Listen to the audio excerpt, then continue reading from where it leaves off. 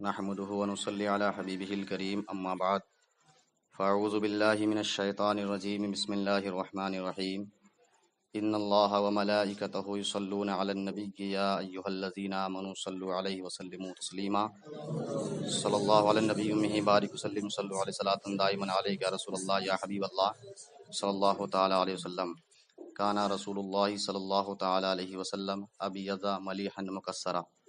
عزیزان ملت اسلامیہ، آج کی اس نشست میں ہم آپ کو بتائیں گے کہ اللہ کے رسول صلی اللہ تعالیٰ علیہ وسلم کی عزت اور احترام انسان تو کرتے ہی ہے، مگر ساتھ ہی ساتھ جانور اور حیوانات بھی کرتے ہیں۔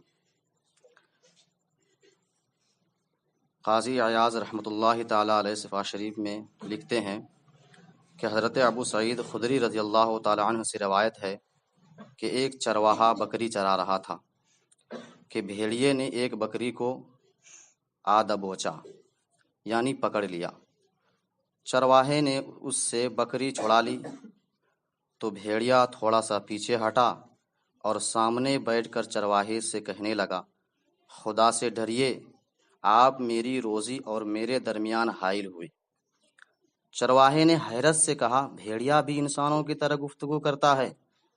یہ سن کر بھیڑیے نے جواب دیا، الا اخبرک باعجب من ذلک رسول اللہ صلی اللہ تعالیٰ علیہ وسلم بین الحرمین یحدث الناس بانباء ما قد سبق۔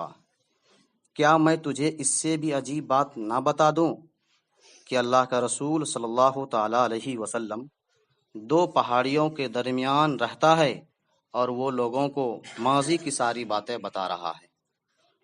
اسی طرح ایک اور روایات کو قاضی عیاض رحمۃ اللہ تعالیٰ علیہ نے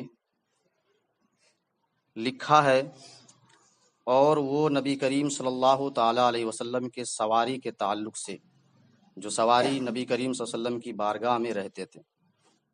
ابراہیم بن ادہم رحمۃ اللہ تعالیٰ علیہ رحمۃ اللہ تعالیٰ علیہ نے اپنی سند کے ساتھ روایت کیا ہے کہ فخر دو عالم صلی اللہ تعالیٰ علیہ وسلم سے گدھے نے بھی کلام کیا تھا، جو آپ کو غزوہ خیبر کے دنوں میں ملا تھا۔ آپ نے ان سے نام دریافت فرمایا تو اس نے اپنا نام یزید بن شہاب بتایا، یعنی گدھے نے۔ تو سرور کونین صلی اللہ تعالیٰ علیہ وسلم نے اس کا نام یعفور رکھ دیا۔ جب آپ کسی صحابی کو بلانا چاہتے تو اس گدھے کو بھیج دیتے تھے، تو وہ جا کر اس صحابی کا دروازہ کھٹکھٹاتا اور انہیں بلا کر لے آتا تھا۔ جب رحمت دو عالم صلی اللہ تعالیٰ علیہ وسلم کا ظاہری وصال ہوا تو وہ اس صدمے کو برداشت نہ کر سکا اور ایک کنویں میں گر کر اپنی جان انہوں نے گنوا دی۔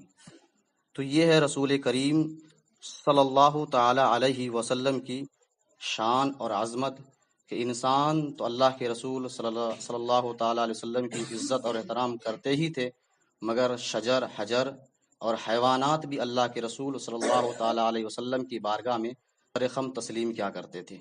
اسی کو اعلیٰ حضرت نے بڑے ہی اچھوتے انداز میں لکھا ہے کہ اپنے مولا کی ہے بس شان عظیم، جانور بھی کرے جن کی تعظیم، سنگ کرتے ہیں ادب سے تسلیم، پیڑ سجدے میں گرا کرتے ہیں۔ دنیا میں ہر آفت سے بچانا مولا۔ نحمده ونصلي على حبيبه الكريم۔